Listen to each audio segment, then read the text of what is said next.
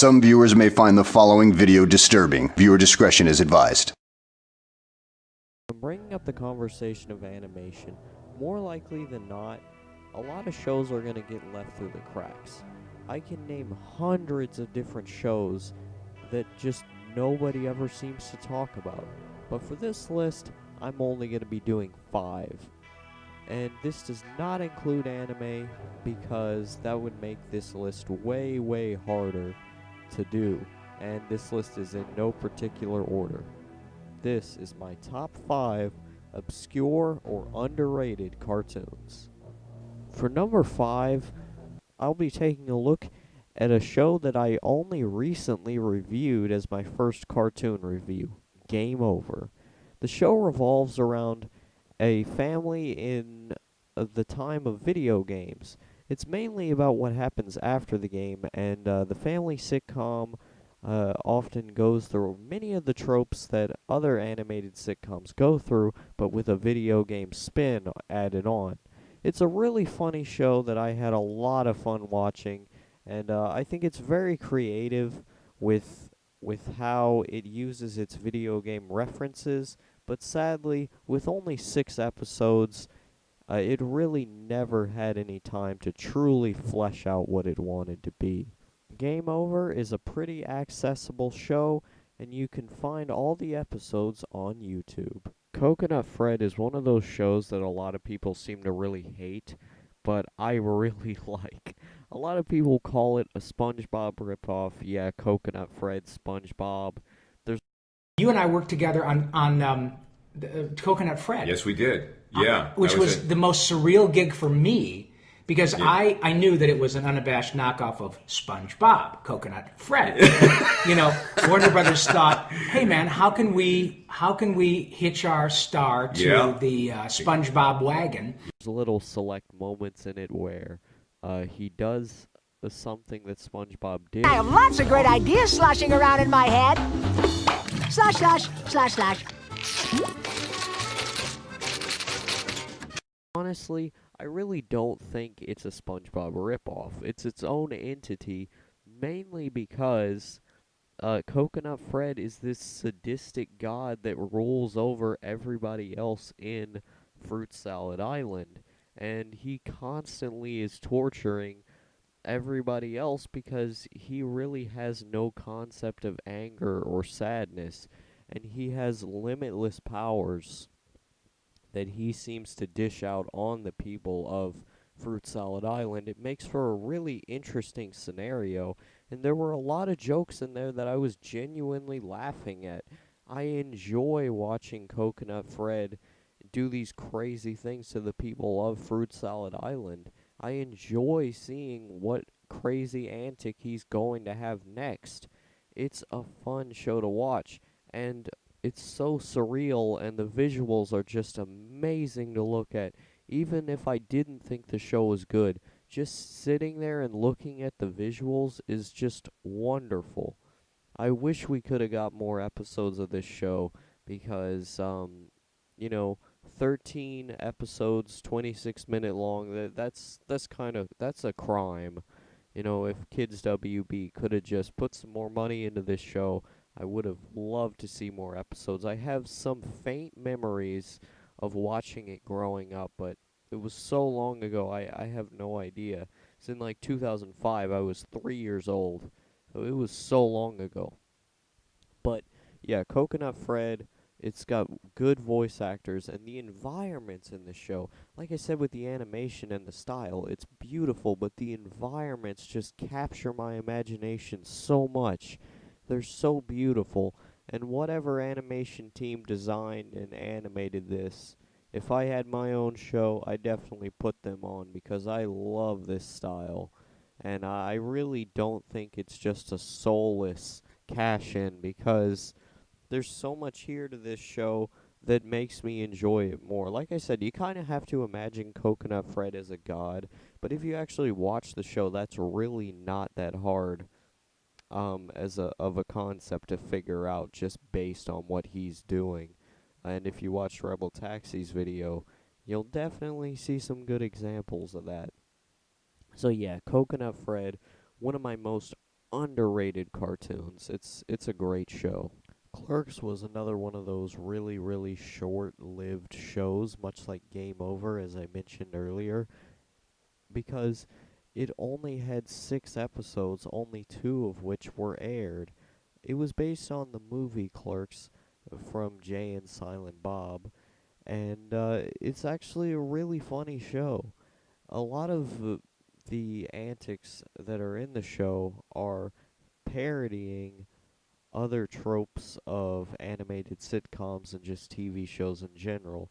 Like, literally, the second episode was a clip show. It helps us stay warm.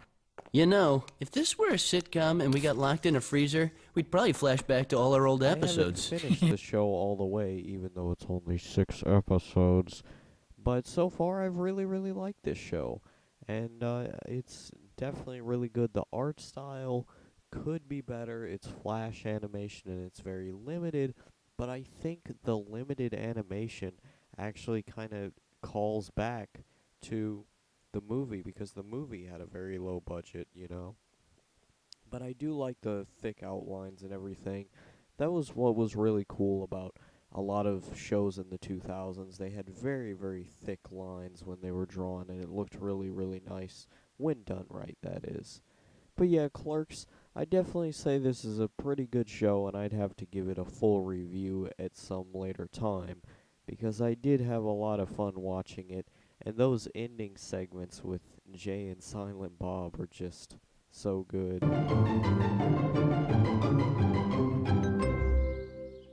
So I told him, no way! That'll cost you $20. I have a big science test tomorrow. I hate science. Hate science? Oh my God! It's NBA All-Star Charles Barkley! That's right, kids. But you shouldn't hate science. Science is our friend, and when...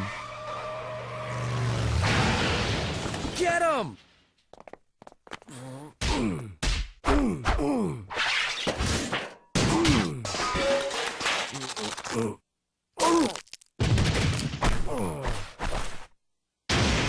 We do the Science Says segments. Got it?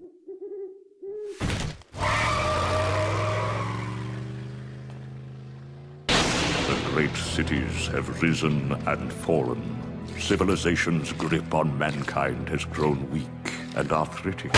Dark forces seek to renew forgotten covenants, and primordial beasts reclaim the wilderness. Out of the frozen north, a man emerges. A man of a barbaric age, whose merciless savagery may be the only key to his survival. They call him Korgoth.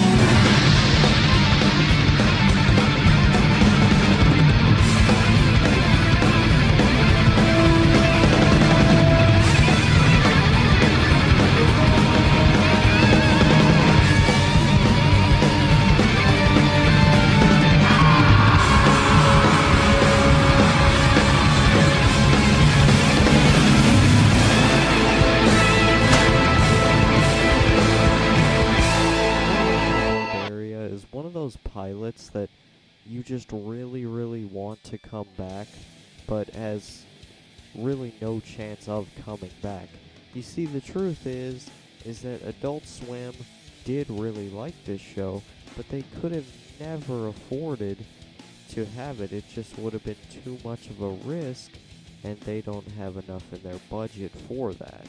It was actually designed by Gendy Tridavolsky, I don't know how to say his name. He's of Samurai Jack fame, and Aaron Springer of SpongeBob fame. And they actually really, really came together with both of their creative directions in this show. If you like He-Man, Conan the Barbarian, heavy metal, anything like that, they really, really come together in this show. Korgoth is your typical, like, super, super stereotyped, really cool kind of hero character, and they really play to this archetype really well with this character, because he is the most awesome kind of character that you could be, and everybody is either really scared of him or just loves him, and you know, everybody knows he's a great warrior. And so the style of this show is really, really insane. The comedy is very, very out there. You know, you're gonna see a lot of crazy things in this show, a lot of gross things in this show, and a lot of just violent, gruesome things in this show, which is what I really, really loved about it. And if Adult Swim could just give us more episodes, it would be so good, but sadly they can't. But what was there, I thought was a great pilot. And another thing I'd like to mention is the soundtrack for this show. There's a couple tracks that are played, and they're really short, but if this show had a few more episodes, I think it could have produced a very, very good soundtrack. You know, the soundtrack for it is very, like, heavy metal, kind of power metal-ish kind of stuff. Sounds really good, especially with the barbarian aesthetic. It goes well together, and the ultra-violentness of it all. And, I mean, Korgoth of Barbaria is just, like, it's such a cool, ultra-violent, you know, roided up, funny show. And the pilot was just so good, but it was just so expensive for what Adult Swim was capable of at the time. So maybe they can bring this show back someday. And I really hope they do, because it's gnarly, it's nasty, it's funny, and I really, really love it. So, yeah, Korgoth of Barbaria, number 2. I'm bringing up The Illusionist is one of those animated films that I would have never known about without chance, and then when I saw it, it just completely blew me away. And it really just had me thinking, if I wasn't doing the right thing at the right time, I would have never known this existed, and I would have never had such a wonderful experience. But I did, and I found it. So, this movie is basically about a starving artist who is losing audiences left and right as a magician, because at this time, you know, in the 1950s, there weren't a lot of people who wanted his work, so he goes to all these different towns, and he eventually meets a woman who is completely enamored by his magicianry, that she actually thinks it's real, and she follows him throughout the story, and chaos ensues. He buys her a lot of gifts, and by doing this, his meager wages become even worse, and it's harder for them both to live because he's constantly spending money on her. And he eventually has to take more and more demeaning jobs in secret, and it's really, really bad for him and his experiences. And I'm not going to spoil the film for you, but it does not end well for the Illusionist in this film. But I think the Illusionist really comments on just artists that have dying art forms, like the ventriloquist in the movie who lives in the same house as them, or the acrobats, or the clown, you know. I just think it has interesting things to say about people who are in those kind of dying art forms. And the Illusionist has an interesting perspective on one person uh, whose life was in this entertainment business, and I think it goes about telling that story very, very well. All the artists are just, you know, trying to get by doing what they love, and you know, the Illusionist he's just so kind of his path is just kind of moved away because of this girl, and he wants to keep doing what he's doing, but he really can't, so he has to accept all these other jobs, you know. Watch the film. I think you'll definitely love the story because it really is amazing.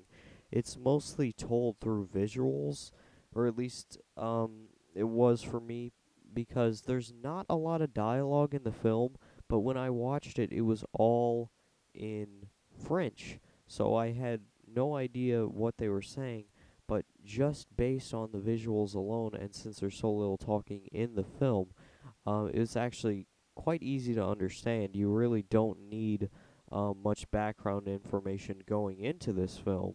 So, yeah, it's pretty easy to understand if you don't know the foreign language. But the visuals in this film are just amazing to look at.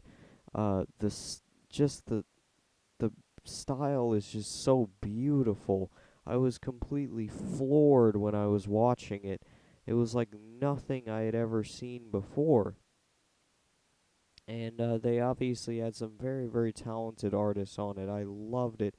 Everything was just vibrant and beautiful and just put that atmosphere and really made it something special. It's just a film that I can watch over and over for the visuals alone. And like I said, it has a great story. Um, it's it's just something else, you know. I don't think I've really ever watched an animated film like The Illusionist. It was so mature and it was so beautiful to look at, and it was so fun to watch. It was very depressing at sometimes, but still, it was a fun watch. And you know, like I said, you don't have to know French to watch this film because it really is easy to understand based on the visuals and the aesthetic alone. Because I think that's what they were going for with this film anyway. A lot of what this story is being told from is from uh, what happens in their lives. There's not a lot of talking, so you really have to observe what happens and interpret that for yourself and understand. But pretty much the general story is there for you to see for yourself, and it's really not that hard to understand at all. Pretty easy for just the average kid to understand, but um, you know, the really deeper themes and elements of it you might have to sit there and think about.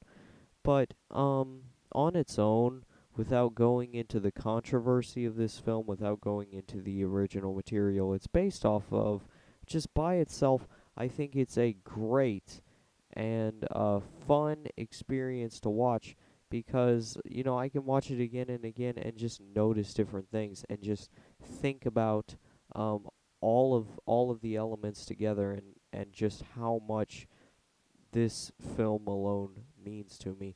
So I would have to do a full review on it, not just a little segment in this top 5, because I don't want to go into huge detail because I already had plans for another video about it. But it is a great, great movie, and you should check it out yourself. Hey guys, I would love to know what you thought about this top 5 video. This is a new kind of video for me. I didn't have a script going into it. I just watched the cartoons and just talked about them. But next time I definitely will have a script going into it. I just wanted to try something a little bit different. And whatever your thoughts are, give me your advice, give me your thoughts. Tell me what you liked about it. Tell me what you disliked about it, because it really is a new kind of content for me. Reviewing cartoons and, you know, watchable media is also it's a new